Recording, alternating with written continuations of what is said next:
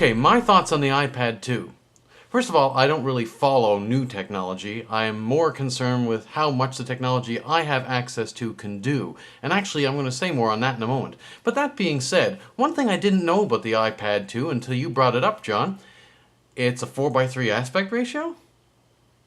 Okay. For a brand new device. Released in the high definition era.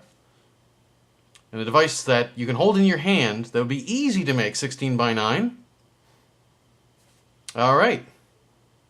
Every now and then, I love Apple products, but Apple has a history of seriously dropping the ball from time to time. That's definitely dropping the ball. Next iPad should be 16:9. All that having been said, I said before, the iPad itself, even if I had money, probably not something I would have because I myself would not have much use for it. As I said in another video, it is a paradigm-changing technology. Makes a great menu for a restaurant. I mentioned, that was one thing that I thought was really cool. But beyond that, as far as this improvement of the iPad is concerned, I agree. There's not that much new. And that 10-hour battery life is still a bit of a pain in the rump roast as well. And plus, the thing still isn't quite powerful enough. But putting all that aside, one thing I'm really frustrated with technology in general is this technological treadmill we're on. And it's not just Apple products, but all tech products. It's like they're always pushing the biggest, best, shiniest, fastest, newest. Okay, I know things have to improve.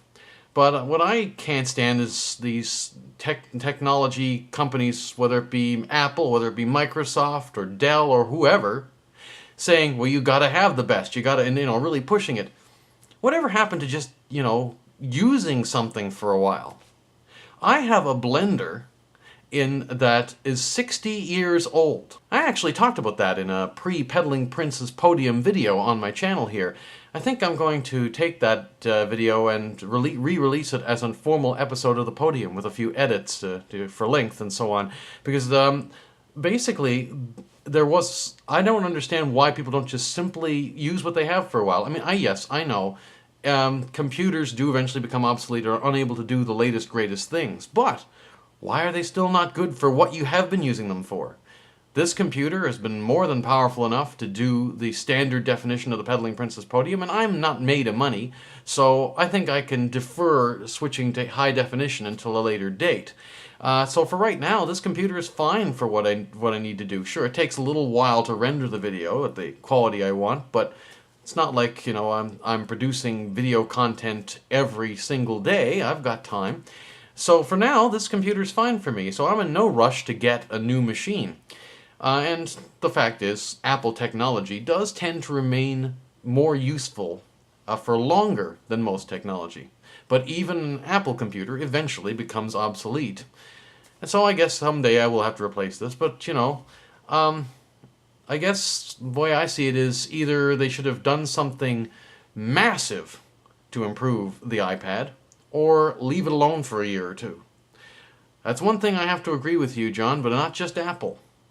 All technology companies are pushing to improve their products and get people to buy more and more and more and more and more.